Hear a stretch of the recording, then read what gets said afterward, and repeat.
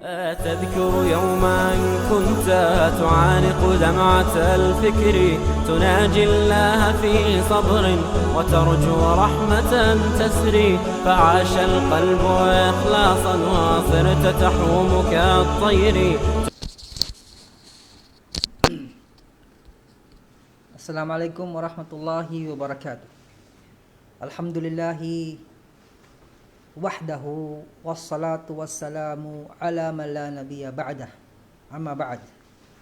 Faqala jalla wa ala fi surati at-taubah fala tadhlimu fihinna anfusakum. Wa qala Rasulullah sallallahu alaihi wasallam ballighu anni walau ayah. Amma ba'd. Mga magulang at kapatid, mga kamag-anak at mga mahal sa buhay at mga tagapakinig po ngayon at taganood po sa oras na ito. Isa na naman pong topic ko ang ating nais iparating at nawa ito po yung maging aral sa ating lahat. Una, ito po yung sinasabi nating, ito po yung araw o mga sandali na nakapaloob sa mga buwan sagrado na pinapahalagahan ng pananampalatayang Islam dahil ito yung mga panahon na mas higit ang katumbas ng paggawa ng kasalanan kaysa sa pagsunod sa kabutihan. Opo. Bilang isang nanampalataya, naniniwala, lahat naman tayo ay naniniwala, pero isa sa mga pananampalataya at paniniwala ng mga Muslim, ito po yung ang kakumpletuhan ng pagsunod natin sa ating Panginoon Diyos ay sa pamamagitan ng pag-iwas sa mga kasalanan, kalaswaan, ng bagay na hindi mabuti para sa atin. Dahil tunay, sa mga panahon na ito ay sinasabi sa atin ng pananampalatayang Islam, "Fala tadhlimu fihinna anfusakum." Huwag niyong dayain ang inyong mga sarili sa mga panahong ito. Opo. Maging sa panahon ng kamangmangan, ito po'y kanilang pinapahalagahan. At maging po sa ating panahon ay ganun din po ang tinuran. Ganun din po ang tinuran dahil tayo po ay nakapaloob sa pananampalataya na ang nagtatag ay ang Panginoon Diyos. Sabi ng Panginoon Diyos bilang utos sa atin, "Fala tadhlimu fihinna anfusakum." At huwag ninyong dayain ang inyong mga sarili sa mga panahon na ito. Ito po yung sinasabing Dhul Qa'dah. Bago po sumapit ang buwan ng Dhul Hijjah, panahon po ng buwan ng Hajj. Sa panahon ng Hajj, ito po yung sinasabing mga ritual, mga pagsumamo sa Panginoon Diyos na isinasabuhay ng mga piniling tao ng Panginoon Diyos, mga propeta alayhimussalam, at ang kilala dito po ay si Abraham alayhissalam. Si Abraham ay isa sa mga dakilang tao na pinili ng Panginoon Diyos upang manawagan sa tao tungo saan? Sa kabutihan. Tungo saan? Sa paglayo sa mga kalaswaan at kasalanan. Siya inutusan ng Panginoon Diyos na manawagan upang ang mga tao sa iba't ibang sulok ng daigdig ay tumugon sa panawagan tungkol sa kabutihan. Ay, ano po yung kabutihan sinasabi doon? Ito po yung pagkilala sa tunay at makapangyarihan sa lahat. Ito po yung tunay na tagapaglikha. Ito po yung Ginoo. Ito po yung Panginoon Diyos. Ito po yung Almighty Creator. Sa kabilang banda na siya ay wala naman pong mic noon, wala pong mic. Wala naman pong mga gadget upang manawagan sa tao patungo sa panawagan ng kanilang Panginoon Diyos. Pero bilang pagsunod sa kanyang Panginoon, sa tunay na makapangyarihan sa lahat ang tagapaglikha, siya po'y nanawagan. Ya'tuka rijala. At ang mga maraming kalakihan at ang mga tao ay tutugon sa kanyang panawagan bilang pagtayo niya, pagsunod niya sa tawag ng Panginoon Diyos na ikay manawagan tungo sa Panginoon Diyos. Ito po yung taon-taon ay ginagawa ng mga Muslim. Ito po yung Hajj. Kaya ngayon po, ito po yung sinasabing buwan na bago sumapit ang buwan ng pilgrimage. Ito po yung pag-hajj, kumbaga, yung nagtutungo po yung mga iba't ibang lahi, iba't ibang mga tao, sa iba't ibang lipon ng samahan ng lugar at tao upang tumugon sa panawagan ni Abraham alayhis salam. Bago po natin yon at bago po nating pag-usapan yung mga bagay na iyon, meron pong inutos ang ating Panginoon Diyos sa mga sandaling ito at sa mga panahong ito. Ilan sa mga wisdom na nakapaloob dito ay bilang pagpapahalaga sa sagradong buwan na iyon. Ito po yung pilgrimage, bilang pagtugon at pagtayo sa mga ritual na inutos sa atin ng ating amahin na si Abraham alayhi salam. Si Ibrahim alayhi salam na kilala natin sa mga lumang kasulatan o mga naunang kasulatan na siya ang sinasabing ama ng mga nanampalataya. Ayun.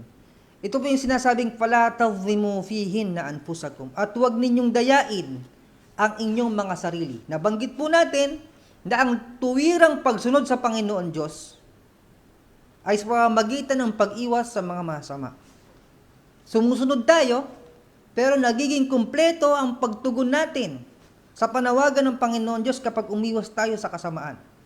Tunay na ang lahat ng kasamaan, meron po itong resulta sa ating pagkatao, sa ating sarili, na hindi mabuti. Dahil alam po ng Panginoon Diyos na siyang lumalang sa atin, kung ano yung mabuti sa atin at kung ano yung masama sa atin. Ayun po yung tunay na alam naman natin po. Ngayon, ito po yung pagpapahalaga sa mga sandaling ito at sa mga buwang ito at sa mga oras na ito, na ang pag-iwas sa kalaswaan at kasamaan ay mas matimbang sa pagsunod saan? Sa kabutihan. Kaya magiging kumpleto ang ating paniniwala sa pagsunod sa Panginoon Diyos at lalo na sa pag-iwas sa mga masama. Ngayon, mga magulang at kapatid, alam natin na tayo po ay mga may hina, lahat tayo ay nangangailangan. Kaya pag sumandal po tayo sa makapangyarihan sa lahat, doon po tayo nagkakaroon ng kapayapaan sa ating mga puso't isipan. At ganun din ang ating mga pagkatao ay nagkakaroon ng resulta dahil sa kabila na tayo'y punong-puno ng problema, mga COVID, mga problema, taghirap, may sakit, halo-halo mga pasakit, nagkakaroon ng kapanatagan ang puso ng tao. Dahil saan? Siya po'y nakasandal sa nag-aangkin ng kapayapaan. Ito po ang Panginoon tagapaglikha.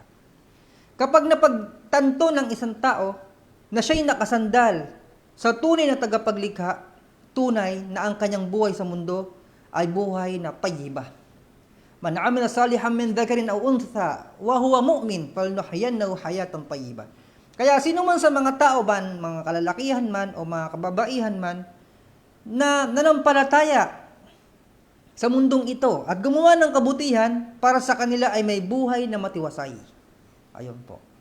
Kaya sa kabila ng puro pagsubok, ang kanyang puso ay punong-puno ng kapanatagan at kasiyahan.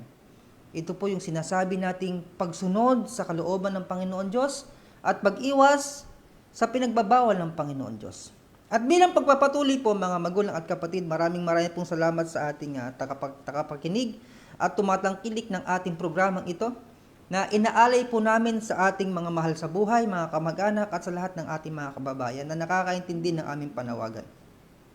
Ngayon, tunay na ang tao kapag tinalikuran niya, pinabayaan niya at tinabunan siya ng pagmamahal sa mundo, akala niya wala nang katapusan ng daigdig. Parang ang tingin niya parang lahat na lang ay ganito. Parang saya na lang, nag-aangkin na lang siya naghahanap na lang siya kung paano magiging matiwasay ang kanyang buhay sa iba't ibang mga pamamaraan dahil hindi nila nauunawaan. Alam nila na ang buhay sa mundo upang tayo kumain, upang tayo maging mayaman, upang maging makilala sa lipunan. Ito yung alam nilang reason kung bakit nabubuhay sila. Kaya dahil doon sa ganung idea, gumagawa sila ng iba't ibang mga pamamaraan bagkos na sumobra na sa sukdulan dahil ito ang kanilang hangarin na makamtan ang mga bagay na iyon. Napapabayaan ng dangal, napapabayaan ng dangal ang mga kayamanan, ang buhay. Dahil alam nila, ang buhay sa mundo ay magkaroon ng katiwasayan. Pera, kayamanan, pagiging sikat sa lipunan. Kaya lahat ng mga bagay, matapakan man ang buhay ng tao, matapakan man ang dangal ng tao, maubos man ang lahat ng mga nasa paligid niya, basta makamtan niya ang kanyang hinahangad. Tunay nga, tulad ng ating laging sinasabi, ang tunay na kung bakit tayo nabubuhay sa daigdig upang kilalanin natin ang tunay na makapangyarihan sa lahat at upang siya'y sambahin. Wa ma khalaqtul jinna wal insa illa liya'budun. Nilalang tayo ng Allah, ng Panginoon Diyos dito sa mundo upang sambahin natin ang tunay na tagapaglikha. Masya Allah. Ngayon, bilang pong tuloy-tuloy na pag-uusap, tunay na kapag ang tao ay tinalikuran, ang pagiging normal niyang tao, pagiging likas niyang tao, tunay na sinabi ng Allah, Ba'da a'udhu billahi minasyaitanir rajim. Man a'rada 'an dhikri fa inna lahu ma'ishatan banka wa nahsyuruhu yawmal qiyamati a'ma. Kung sino man ang tumalikod at tumakwil sa pag-alala sa Panginoon Diyos, ang buhay niya ay punong-puno ng pighati. Punong-puno ng pasakit. Punong-puno ng problema. Dahil bakit? Tinalikuran niya ang mga bagay na nagbibigay sa kanya ng pagpapahalaga bilang isang tao na makilala niya ang tunay na tagapaglikha. Tunay na ang tao kapag nakasandal sa makapangyarihan, parang nasa kanya na lahat. Sumandal sa makapangyarihan sa lipunan, sa mga katayuan, sa mga, alam nyo na, parang lakas-lakas niya ng loob niya, parang taas noo, at kung maglakad siya, parang siyang bundok. Pero, dahil pag nalaman ng isang tao na kapag siya'y sumandal sa nag-iisang makapangyarihan sa lahat, ito ang tunay na kasiyahan na makakamtan ng tao kailanman. Totoo po mga kapatid, mga tagapakinig. Ngayon, pagkatapos po nating manawagan sa kabutihan, sa pamamagitan ng matibay na ebidensya, tunay, kung sino man ang hindi tumugon doon, ano pong sabi ng Panginoon Diyos? Fa in lam yastajibuka fa'lam. At kung hindi sila tumugon, alamin mo na sinunod nila ang sarili nilang kagustuhan. Opo. Kaya sabi pa ng Panginoon Diyos, sabi ng banal na Quran, ito may mga halimbawa upang magkaroon tayo ng mga magandang pag-uusap dahil karapatan din po natin na makarinig ng salita ng Panginoon Diyos. Sabi ng Panginoon Diyos, A'udhu billahi minasyaitanir rajim. Afara'ayta man ittakhadha ilahahu hawa wa adallahu Allahu ala ilm. Nakita mo ba na ginawa niyang Diyos ang kanyang sariling kagustuhan at siya'y niligaw ng kaalaman? At dahil doon natakpan ang kanyang mga mata at mga tenga at kanyang mga puso doon sa mabubuting katuwiran at mga bagay na mahalaga para sa ating lahat. Kasi bakit? Kapag hindi natin sinunod ang sinasabing tunay na Diyos, ang sinusunod natin yung ating mga sarili, at ito ang mas pinakagrabe. Afara'ayta man ittakhadha ilahahu hawa. Meron ka bang nakita na ginawa niyang sarili niya ay Diyos? Dahil tunay, ang Panginoon Diyos ay dapat nating alalahanin at huwag nating kalimutan. Dapat nating sundin at huwag nating suwayin ang kanyang pag-uutos. Ito po yung karapatan ng Panginoon Diyos sa atin. Ang karapatan ng Diyos sa atin, pasensya na kayo, ang karapatan ng Diyos sa atin, sambahin natin siya na walang karibal. Sambahin natin siya na walang katambal, na punong-puno ng kadilisayan. Ito po yung tunay na buhay sa ating mga puso at normal po sa ating pagkatao iyon. At sa tuwin na ito yung ating naririnig, tayo po yung nagkakaroon ng kapayapaan. Oo nga. Kaya mga magulang at kapatid, ito po yung panahon na yon na mas dapat nating iwasan ng kalaswaan.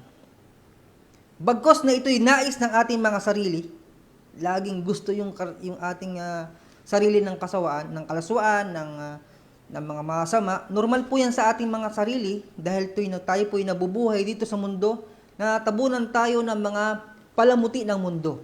Kaya sabi sa Quran, muli, A'udhu billahi minasyaitanir rajim. Fa'amma man taga wa athara al-hayata ad-dunya fa innal jahima hiyal ma'wa. Tunay, kung sino man ang nagmalabis at bumakas sa kanya ang buhay sa mundo, mas mahalaga na sa kanya ang buhay sa mundo. Fa innal jahima hiyal ma'wa. Tunay na ang pighati, parusa ng impyerno ang kanyang kahantungan. Allahu Akbar. Kaya mga magulang at kapatid, sa konting sandaling ito, Muli po nating balikan ang sinasabing pala tadhimu fihinna anfusakum. Huwag ninyong dayain ang inyong mga sarili sa mga araw na ito at sa mga sandaling ito.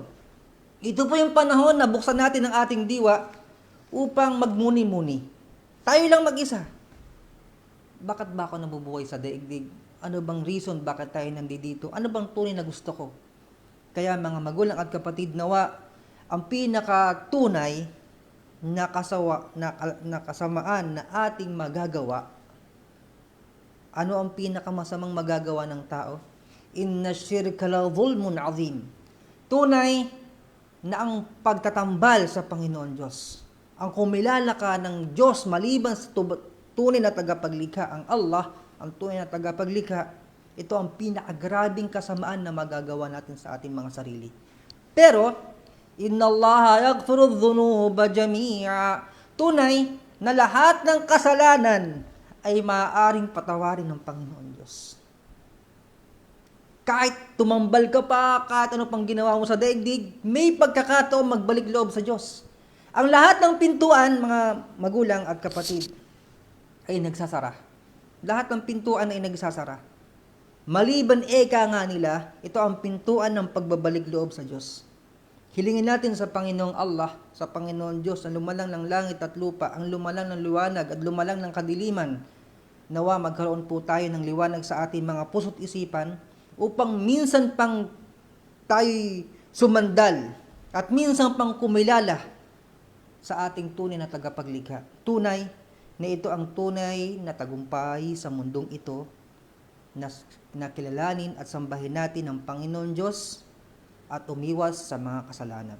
Mga magulang at kapatid, kung meron po kayong dagdag at tanong sa ating mga pinag-uusapan, ay open po kayong lahat at pwede po kayong magtanong na tanong na magkakaroon po tayo ng kapakinabangan. Jazakumullahu khairan. Maraming pong salamat, Konsulta Karima. Opo, si Ibrahim Biyaw Mendoza. Jazakumullahu khairan. At nawa, hilingin natin na makapag-hajj ang ating mga kapatid ng matiwasay doon po sa loob ng Saudi Arabia at matayo nila ang ritual na sinimulan ni Abraham alayhi salam. At bilang Muslim, ito po'y kapakinabangan sa ating lahat. Kung hindi man natin makamtan ang kanilang mga pag-usumamo, ay maparating po sa atin ang gantimpala na kanilang gagawin, inshallah. Jazakumullahu khairan. Allahumma ighfir li jami'il muslimina wal muslimat, al mu'minina wal mu'minat, al ahya'i minhum wal amwat, innaka sami'ud du'a. Ngayon, bilang huling sigurong topiko na ating nais parating, tunay na ang isang taong tumalikod sa gabay, tumalikod sa matibay na ebidensya, sinunod ang kagustuhan, pag tumalikod sa pagkilala sa nag-iisang tunay na tagapaglikha, tunay, dito pa lang sa mundo malungkot na siya. Tunay, dito pa lang sa mundo ay malungkot na siya. Mas lalo na po doon sa kabilang buhay. At ito po yung mga halimbawa na nagbibigay sa atin ng katibayan. Sabi sa banal na Quran, A'udhu billahi minash shaitanir rajim. Fama bakat alayhimus sama'u wal ardu wa ma kanu munzarin. Bigyan po natin ng konting pagmumuni-muni yung talatang ito. Tunay na ang isang taong tumalikod sa matibay na ebidensya tungkol sa tunay na makapangyarihan sa lahat ng Allah, ang tunay na nag-iisa, dalisay na walang katambal, walang karibal, tunay na sinunod niya ang kanyang kasalanan ng isang tao, pagkatapos sa dumating sa kanya ang katibayan, tunay na hindi man lang magluluha ang kalangitan at kalupaan sa kanyang pagpanaw. Pag namatay ang tao, kahit yung mga tao sa paligid niya, ang maririnig mo sa kanya ay hindi mabuti. Unlike ng isang taong sumunod sa matibay na ebidensya tungkol sa tunay na tagapaglikha, ang bangon ng kanyang pangalan, minamahal siya ng tao, at parang piyesta ang nangyayari. Pero kapag ang isang taong tumalikod sa tunay na kabutihan, anong nangyayari? Parang nagpapasalamat pa sila. At ang kanyang amoy sa lipunan ay hindi mabuti. Kaya sabi sa Quran, "Fama baqat 'alayhimus sama'u wal ard wa ma kanu munzarin." Tunay, hindi man lamang lumuha ang kalangitan at kalupaan sa kanyang pagpanaw. At tunay na hindi siya maghihintay doon sa parusa ng Panginoon Diyos. Allahul musta'an. Dahil ang ating mga biyaya, "Wa fis sama'i rizqukum wa ma tu'adun." Ang inyong mga biyaya ay nasa kalangitan. Na ang ating mga biyaya ay nasa kalangitan, ang tubig na ang dahilan kung bakit tayo nabubuhay ay dumadaan dun sa kalangitan. At maging ang ating mga kabutihan at kasamaan ay nag-aakyatan sa langit, at dahil doon ang Panginoon Diyos ay makatuwiran upang tayo ay husgahan sa ating mga kabutihan at kasamaang ginawa.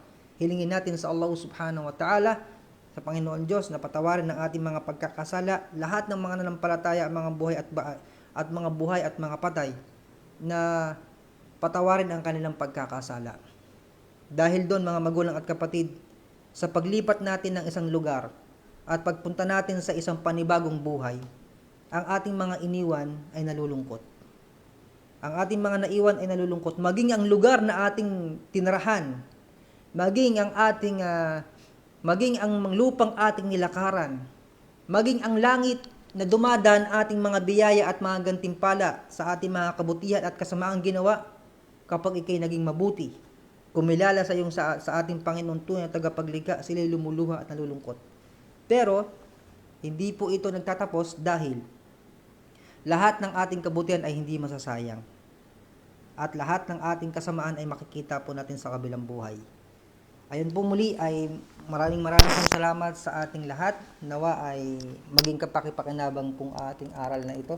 "Fama baqat 'alayhimus sama'u wal ard wa ma kanu munzarin." Kaya minsan ang kalangitan ay, minsan pag tumingin tayo sa kalangitan ay nag-iiba ang ating mga sarili at nagkakaroon po tayo ng parang pag-iisip sa ating mga sarili at upang tayo magtimbang-timbang. Minsan tumingin po tayo sa taas at tunay na lahat tayo ay kapwa nila lang. Jazakumullahu khairan. Assalamu alaikum warahmatullahi wabarakatuh. Subhanakallah wa bihamdika asyhadu an la ilaha illa anta. أتذكر يوما كنت تعانق دمعة الفكر تناجي الله في صبر وترجو رحمة تسري